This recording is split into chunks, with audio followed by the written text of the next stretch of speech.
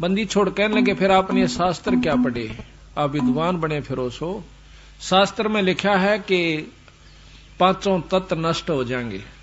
पृथ्वी तत्व को जल तत्व खत्म कर देगा, सारी पृथ्वी पर पानी ही पानी हो जाएगा। उसके बाद 11 सूर्य प्रकट होंगे और इस ब्रह्मांड में से, इस क्षेत्र में, इस जल और पानी को, मिट्टी को, दोनों को फूंक देंगे, उड़ जाएगी। फिर यह पवन में समा जाएगी, पवन तत्व ग्रास लेगा। और उसके बाद आकाश में समा जाएंगे, आकाश तत्व में ये एक रस हो जाएंगे। आकाश तत्व को फिर निरंजन ओंकार ये काल ग्रास लेगा। ओंकार निरंजन को अवगत पुरुष यानी पार ब्रह्म ग्रास लेगा और सब जीवों को न्यारे न्यारे बीज रूप में धर देगा। यही गरीबदास जी विलास बोध के अंदर आपको न्यारा न्यारा प्रमाण देते हैं, वो अभी सुनाएंगे इसके बाद। क्या ये गलत है?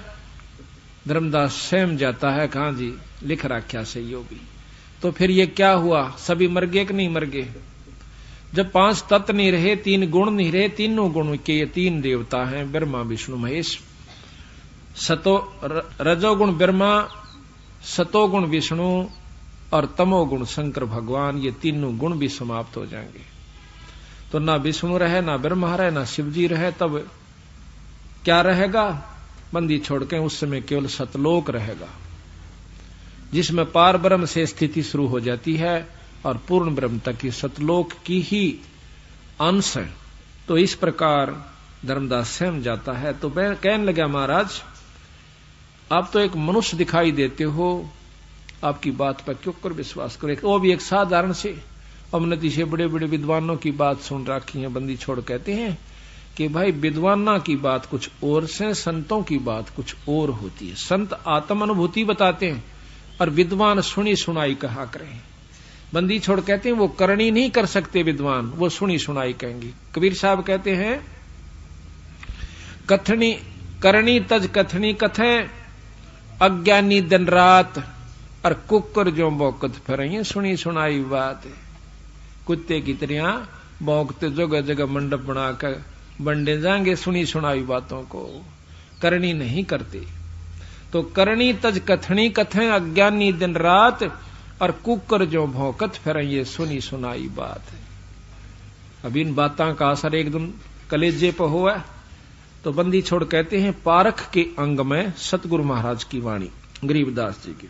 बोले जंद सुनो धर्मदासा, हमरे पिंड प्राण निश्वासा, गर्भ योनि में हम नहीं आए और मादर पे दरना जननी जाए। कबीर साहब कहते हैं कि धर्मदास मेरा ना कोई शरीर है, ना मेरा सांस है, ना मैं कभी मां का पैदा हुआ।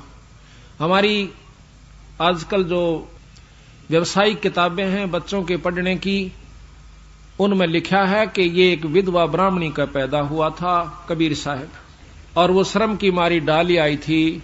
उसको एक नीरू नीमा नाम के 2 जुल्हा दंपत्ति, एक जुल्हा दंपत्ति उठा लिया था, उनका संतान नहीं थी। ये कतई गलत है, ये मन घड़त कहानी है, कतई 100 की 100।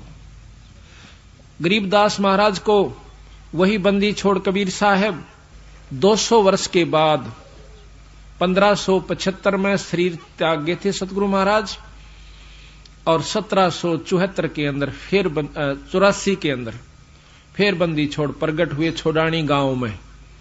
सारा गांव इस बात का गवाह है, जहां कबीर साहब सतलोक से आकर प्रगट हुए थे, वहां पर आज भी एक छोटी सी यादगार बना रखी है कि यहां एक वृक्ष था, उस वृक्ष के नीचे जाटी के पेड़ के नीचे कबीर साहब आकर एक साधु के रूप में बैठ गए थे। साधारण से साधु क्या था, जैसे ही अपना वेशभूषा होती है, दाढ़ी बड़ी हुई, टोपी सिर पर, आज वहां पर यादगार बनी हुई है। और गरीबदास जी अपनी वाणी में ये प्रमाण देते हैं कि मुझे सतगुरु मिले बंदी छोड़, कबीर साहब सतलोक से आए, और उन्हीं के बाद ये सारा वर्णन दिया।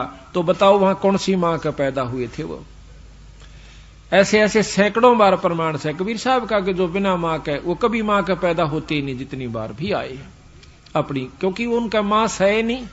सारी सृष्टि के रचने वाले कर्ता पूर्ण ब्रह्म परमात्मा ब्रह्मा विष्णु महेश निरंजनताई के पैदा करणीय बंदी छोड़ हैं, हम फिर भी भूले बैठे थे। यही बात हमारे समझ में आ जानी चाहिए। बोले जंद सुनो धर्मदासा, हमरे पिंड प्राण नहीं श्वासा, भाई गर्भ योनि में हम ना आए, मादर पिदर ना जननी जाए।